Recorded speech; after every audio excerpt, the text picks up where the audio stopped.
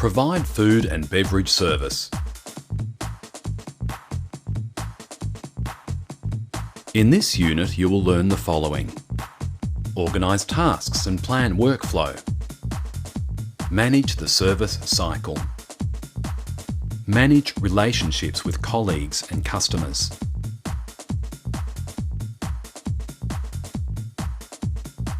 organise tasks and plan workflow. Before starting work, it's important that you organise the tasks that you will have to complete throughout the course of your shift. There is certain information you need to be aware of before starting your shift in order to provide the best possible customer service. This will include checking if there are bookings and reservations made and whether they have any special requirements. This can include anything from requesting a particular table to having strict dietary needs. Check with the kitchen and familiarise yourself with the menu, taking note of any changes or specials. Make sure you're fully aware of your role, and if you have any questions, ask your supervisor. Clarify the roles of your colleagues, and if needed, assist them in completing any tasks they may need help with. A work schedule is a good way to maximise efficiency. During a busy shift, you don't want to be relying on your memory, as it's very important that the appropriate persons complete all designated tasks. Monitor your workflow throughout, and where necessary, make adjustments to the schedule to account for new customers, changes in the menu, or any other requirements which alter through your shift. Monitor service and engage or direct other team members to tasks where appropriate. Manage the service cycle. From a local pub to an internationally known restaurant, people have always enjoyed going out to eat. But before a meal can be enjoyed, various procedures must be carried out to create an environment where people can enjoy themselves.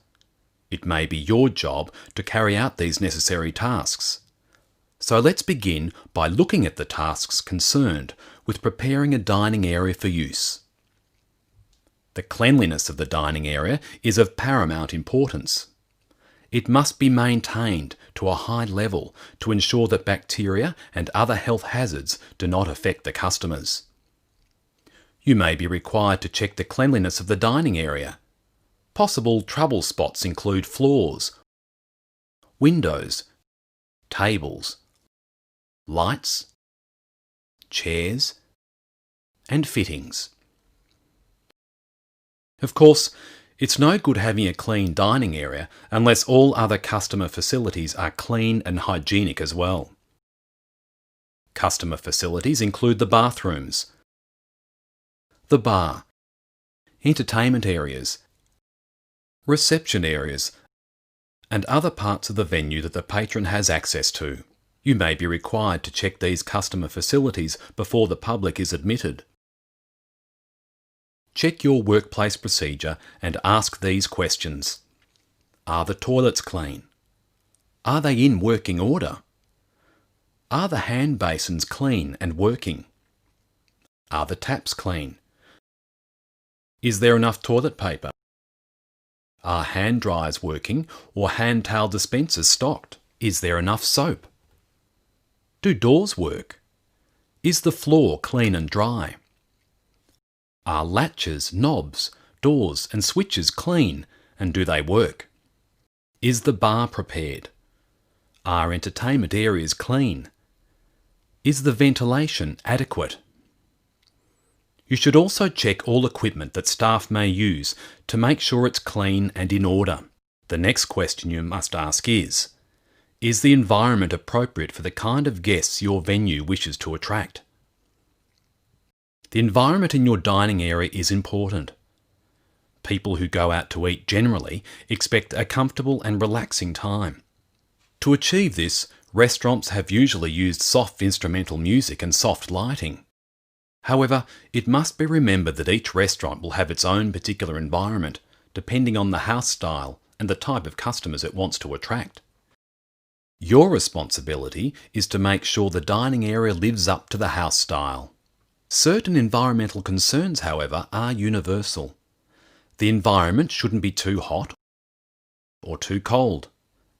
Remember, you might be quite hot because you're running around doing your job, but for people sitting down, relaxing and dining, the temperature may be too cool. The type of service on offer also affects your venue's environment. Individual establishments may combine traditional dining techniques such as silver service with more modern adaptations, such as letting the customer refill their own wine glass during service. The formal atmosphere created by silver service may intimidate some patrons. Make sure you know how formal or informal, traditional or modern your establishment is. Be flexible in adapting the skills you learn in this unit to the procedures appropriate in your venue. Another major consideration is furniture. Furniture is generally set out to match a floor plan. This floor plan needs to take into account several things. The shape of the room. Any permanent fixtures in the room, such as fireplaces and sideboards. The size of the tables and chairs. The number of guests in a party. The movements of waiting staff. The location of doors and fire escapes. Stability and outside furniture. And the types of meals served. Some restaurants have fixed seating such as booths and alcoves, but if you have to position tables, you must remember the following. Leave enough room so that the staff and patrons can move about the dining room with ease, including anyone with a disability. Don't put tables so close together that patrons infringe on each other's privacy. Don't put tables too close to entrances, kitchens, bathrooms, or any loud areas, as this may put guests off their meals. Hi. Hi, how are you? Want to get a table for 8? Do you have a reservation? Unfortunately, we don't. No, I'm sorry. Well, I'll just check for you, see if we've got room. The furniture plan may also need to be flexible so that people who don't have a reservation, also known as walk-ins, can also be accommodated. Yes, just follow me. Okay, thank you. Now that the tables are in position, everything in the room needs to be cleaned. Furniture should be polished. Wall fixtures such as wall hangings, paintings and lighting should be dusted and cleaned. Doors, especially the front door and the doors to the kitchen and bathroom, should be cleaned. Any decoration used must be cleaned. Glass must be polished. Vents must be dusted and floors and seats vacuumed. All food and beverages that are displayed in your workplace must be arranged according to your workplace procedures and legal or hygiene requirements to keep them looking fresh and attractive. Before commencing clothing and laying down tables, you should check with the kitchen as to the day's or evening's menu. Being aware of what the menu offers, as knowing any variations from the usual menu at this stage, can save you preparation time. For example, there is no point laying out chopsticks on every table if Asian dishes are not listed on the menu. Like the environment of a restaurant, the layout of a table depends on the style of a restaurant, the menu, and the amount of time given to the setup procedure. Obviously, it would be inappropriate to lay out the table with chopsticks when the menu is Italian.